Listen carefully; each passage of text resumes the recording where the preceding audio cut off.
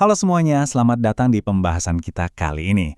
Hari ini kita bakal bongkar satu hal yang sering banget kita lihat, tapi mungkin jarang kita pahami seutuhnya. Bahasa rahasia dari tari tradisional. Jujur aja nih, kita sering banget kan nonton tarian cuma buat nikmatin gerakan atau kostumnya yang bagus. Padahal di balik itu semua ada lapisan makna yang jauh lebih dalam. Nah, hari ini kita bakal bedah dan pecarkan koda dari warisan budaya yang luar biasa ini. Yuk, kita mulai. Tapi sebelum kita masuk lebih jauh, coba deh pikirin ini sebentar. Pernah kebayang nggak sih apa yang bikin sebuah tarian itu bisa bertahan melintasi banyak generasi? Gimana ceritanya sebuah urutan gerakan yang diciptain ratusan tahun lalu nggak hilang dimakan zaman, malah terus diwariskan dari kakek nenek kita sampai ke kita sekarang? Jawabannya tuh ternyata bukan cuma karena teknik geraknya yang memukau teman-teman, tapi karena ada pondasi kuat, pondasi tak kasat mata yang terus menopangnya. Oke, untuk benar-benar paham, kita bakal pakai 4 lensa budaya nih. Pertama, esensi dan nilai. Kedua, pola garapan. Ketiga, fungsi di masyarakat. Dan keempat, bentuk penyajian. Keempat lensa ini bakal jadi alat bantu andalan kita buat mendekode tarian tradisional apapun yang kita temui nanti. Langsung aja kita masuk ke lensa pertama, esensi dan nilai. Di sini, kita mau benar-benar menyoroti jiwa terdalam dari sebuah tarian. Kita bakal bedah esensi dasarnya yang bikin gerakan-gerakan ini tuh nilainya jauh lebih dari sekedar ritme fisik biasa. Nah, tari tradisional itu pada dasarnya adalah sebuah ekspresi budaya. Tapi ada dua kata kunci yang penting banget di sini. Diwariskan turun-temurun dan terikat oleh aturan baku. Jadi tarian ini jelas bukan cuma buat hiburan kosong semata. Ini tuh semacam wadah hidup yang menyimpan sejarah panjang. Dan benar-benar dijaga kelestariannya dengan sangat ketat dari satu generasi ke generasi berikutnya. Kalau kita pecah lagi, jiwa dari tarian ini ditopang sama 4 pilar yang fundamental banget. Pertama, nilai religius. Ini soal koneksi sakral antara manusia dengan sang pencipta. Kedua, nilai estetika, yang fokus banget ke keindahan ekspresi jiwa lewat gerak yang ritmis. Terus yang ketiga, ada nilai sosial. Di sini, tarian menanamkan betapa pentingnya keharmonisan dan semangat gotong royong antar individu di masyarakat. Dan yang terakhir, nilai moral. Ini tugasnya mendidik kita soal etika, sikap pantang menyerah, sampai kerendahan hati. 4 pilar inilah yang ngasih makna super dalam di setiap gerak tubuh sang penari. Biar lebih kebayang, kita ambil contoh konkret aja deh. Tari Saman dari Aceh. Kalian pasti tahu dong, tarian yang sampai diakui sama UNESCO sebagai warisan budaya tak benda dunia ini. Usut punya usut, awalnya tarian ini dikembangkan oleh Syekh Saman bukan buat pertunjukan seni loh, melainkan sebagai instrumen dakwah dan medium spiritual. Ini jadi bukti nyata banget gimana sebuah tarian bisa berfungsi sebagai alat edukasi spiritual yang luar biasa di tengah masyarakat. Dan yang bikin merinding, tari Saman ini sukses ngebuktiin gimana satu tarian bisa merajut keempat nilai tadi sekaligus. Di balik gerakan mereka yang super cepat dan bikin takjub itu, para penarinya tuh lagi mempraktikkan ketaatan beragama, digabung sama kerjasama tim yang luar biasa solid, plus melatih kerendahan hati. Bayangin aja, kalau satu penari aja egois atau telat sedikit, wah, seluruh keharmonisan tarian itu bisa hancur berantakan saat itu juga. Lanjut ya, kita masuk ke lensa kedua, pola garapan. Sekarang kita bakal ngelihat gimana sih asal-usul atau lingkungan itu bisa banget ngebentuk aturan koreografi dari sebuah tarian. Jadi gini, kalau dilihat dari sejarah pola garapannya, tari itu terbagi jadi dua kutub yang beda banget. Di satu sisi, ada tari rakyat. Sifatnya tuh spontan, sederhana, komunal, dan sering banget punya nuansa magis.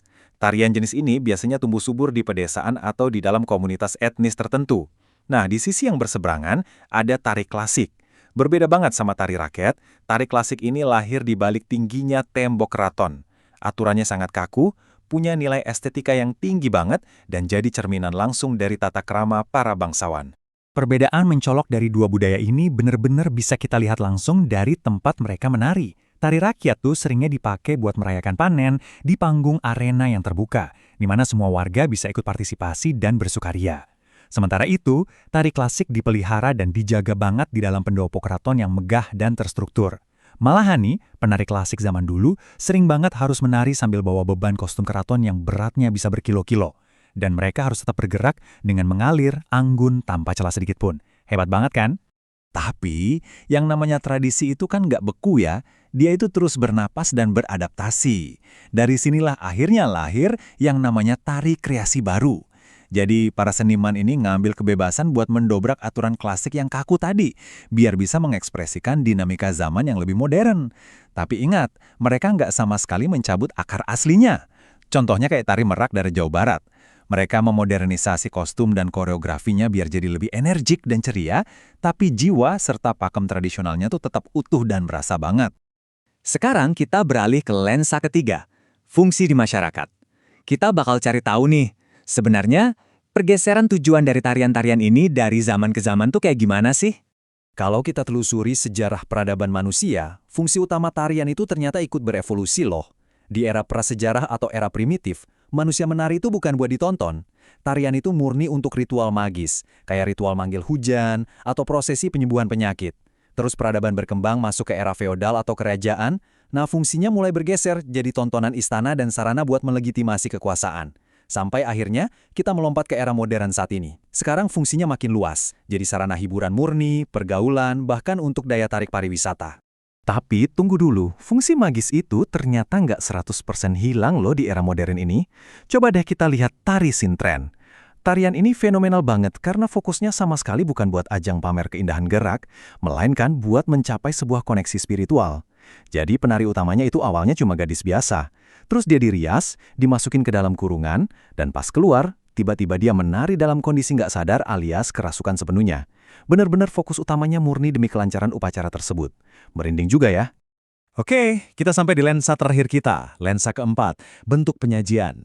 Nah, kalau yang ini fokusnya murni ke eksekusi visual di atas panggung. Lebih tepatnya, gimana sih para penari ini diatur formasinya saat tampil? Mari kita mulai pembahasan bentuk penyajian ini dari angka 1. Nomor 1 tentu saja adalah tari tunggal alias tari solo. Dalam penyajian ini, beban di panggung itu benar-benar berat. Kenapa? Karena seluruh pasang mata penonton cuma tertuju ke satu orang individu aja. Nggak ada tempat buat sembunyi kalau bikin salah. Kesuksesan tarian ini bergantung penuh sama seberapa jago penguasaan teknik, ekspresi wajah, dan tentunya karisma personal dari si penari. Kita bisa lihat contoh keren ini di tangguhnya Taring Remo dari Jawa Imur atau gemulainya Tari Golek dari Yogyakarta. Nah, dari angka 1 sekarang kita lanjut ke nomor 2. Ini dia, tari berpasangan. Di tarian duet ini, keajaibannya justru ada di interaksi antar penarinya. Dua penari ini mungkin banget melakukan gerakan yang 100% beda. Misalnya satu menyerang, terus yang satu lagi menghindar, kayak yang ada di tari Bambangan Cakil. Tapi, gerakan mereka berdua itu saling menjalin. Kayak lagi ngobrol gitu loh, buat nyampain satu cerita yang utuh dan padu. Selanjutnya, kita masuk ke penyajian skala besar. Disinilah letak pentingnya desain pola lantai. Pola lantai ini ibarat kunci rahasia dari tari kelompok atau tari massal. Bayangin aja pas ada banyak banget penari bergerak barengan di atas satu panggung, desain arah hadap dan jangkauan gerak ini adalah pondasi utama biar pertunjukannya nggak berubah jadi kekacauan yang tabrakan sana-sini. Tapi ingat, penting banget buat kita bisa ngebedain dua konsep skala besar ini. Kalau tari kelompok, contohnya kayak tari bedaya, setiap penarinya itu mungkin banget punya peran dan komposisi gerak yang beda-beda.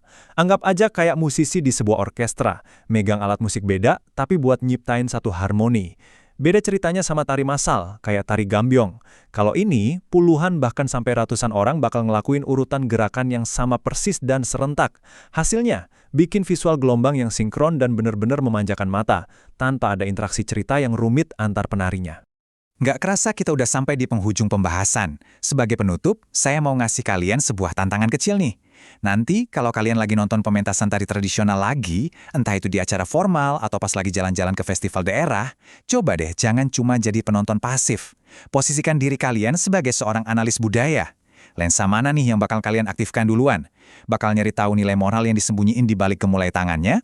Atau malah nebak-nebak, wah tarian ini dulu asalnya dari sawah atau dari keraton ya? Teruslah bertanya dan mengamati. Dan kalian bakal sadar, ternyata tarian itu tiba-tiba bisa bercerita jauh lebih banyak dari sekedar gerakan.